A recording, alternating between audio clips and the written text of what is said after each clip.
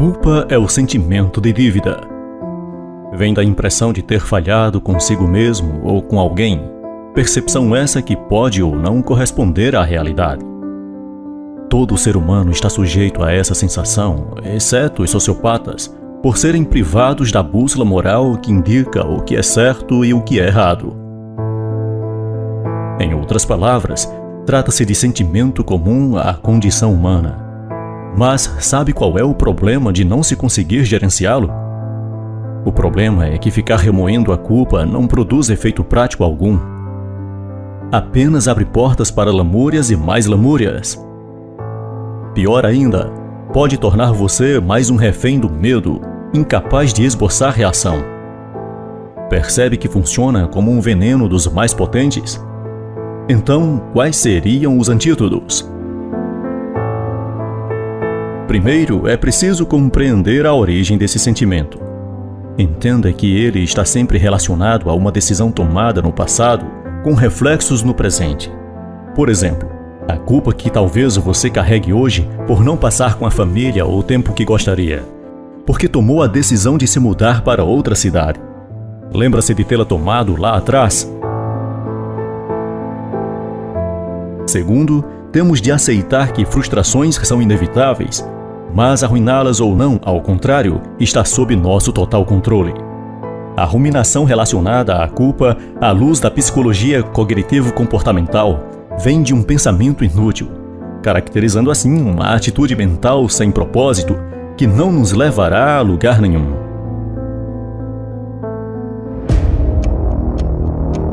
Um tipo de culpa que é chamada situacional. Ela surge após um fato ou tomada de certa decisão que pode ser descrita como uma espécie de hesitação sobre ter feito o que fez e do jeito que fez. Erros e acertos constituem experiências, fazem parte da vida. Assim, uma decisão que gere resultados extraordinários pode igualmente produzir consequências negativas. Não se martirize, não se condene. Procure pensar que você agiu de acordo com as informações disponíveis e as condições do momento. Você deu o seu melhor conforme seu entendimento da época e ponto. Outro tipo é a culpa subliminar, sem conexão com nenhuma ação concreta, nenhum evento em particular. Tem a ver com sensações difusas, como a de não estar sendo um bom filho, esposo, indivíduo, ou a de estar deixando a desejar nos estudos, na academia, na alimentação. Talvez esse tipo de culpa seja mais prejudicial por criar fantasmas que assombram o tempo todo, iniciando um currículo vicioso no qual, quanto mais nos culpamos, mais repetimos o erro original, que resulta em mais culpa e assim sucessivamente. Claro, a culpa tem lá a sua função social e individual. A pesquisadora Brené Brown explica que o sentimento é saudável quando se move em direção a pensamentos e comportamentos positivos ao desenvolvimento como ser humano. É com base nas lições que aprendemos a cada tropeço que vamos criando saídas para situações desconfortáveis que experimentamos. A culpa é, assim, parte da solução. Outro problema surge quando não mantemos nossos sentimentos sob controle. Uma pessoa consumida pela culpa tende a perseguir formas de castigo, julgando-se merecedora de punição, e isso leva facilmente à autossabotagem. A penitência provoca a ilusão de que está quitando a dívida. Cegos e confusos, esquecemos que a vida não tem interesse algum em nos punir. Para ela, basta aprendermos com a experiência e seguirmos em nosso crescimento. Menos culpa, mais aprendizado. É esse que precisa ser o nosso lema. Substitua a culpa pelo senso de responsabilidade. O senso negativo da palavra culpa, que lembra martírio, precisa ser substituído por outro mais positivo. Sim, eu poderia ter feito diferente.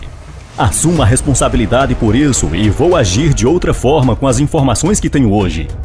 Esse deve ser o pensamento a nos guiar. Analise bem.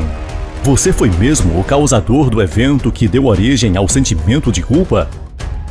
Será que você está tomando para si a responsabilidade por algo que era inevitável? Se você foi mesmo o grande responsável, aprenda com a experiência e bola pra frente. Humanize-a. A culpa integra nosso processo de construção como pessoa. Tudo bem senti-la, mas é essencial compreendê-la como um norte para agirmos diferente.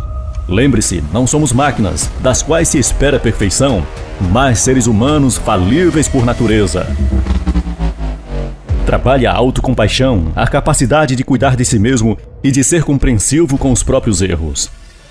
Nossas ações não nos definem. Exercer a autocompaixão é essencial no controle do estresse, na melhora da autoestima e na gerência da culpa. Tenha mais carinho por si mesmo.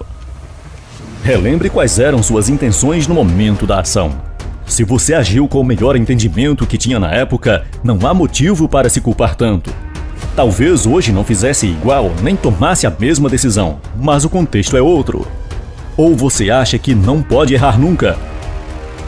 Só se vive no agora e já falamos sobre isso. Não teríamos a maturidade de hoje sem os tropeços de ontem, lembra?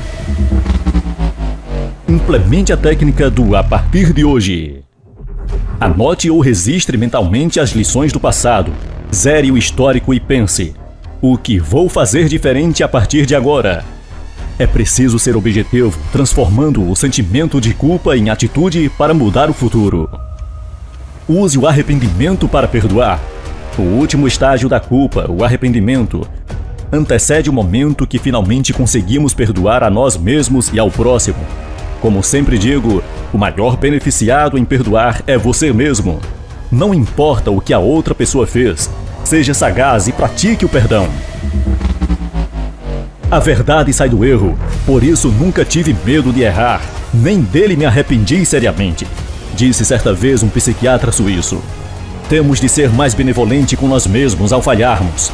O erro é o caminho do acerto e deve ser visto como útil, construtivo.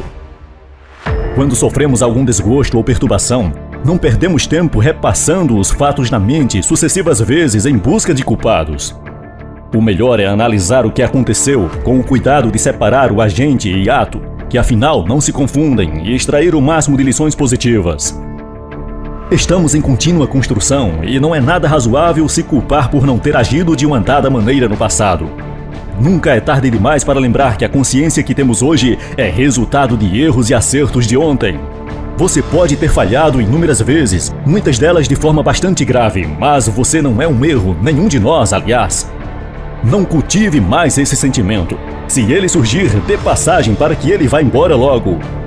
Aprenda com a sua própria história, perdoe-se e siga em frente. Não carregue mais peso do que consegue. Com a consciência de hoje, você pode escrever novos e melhores capítulos para o seu amanhã.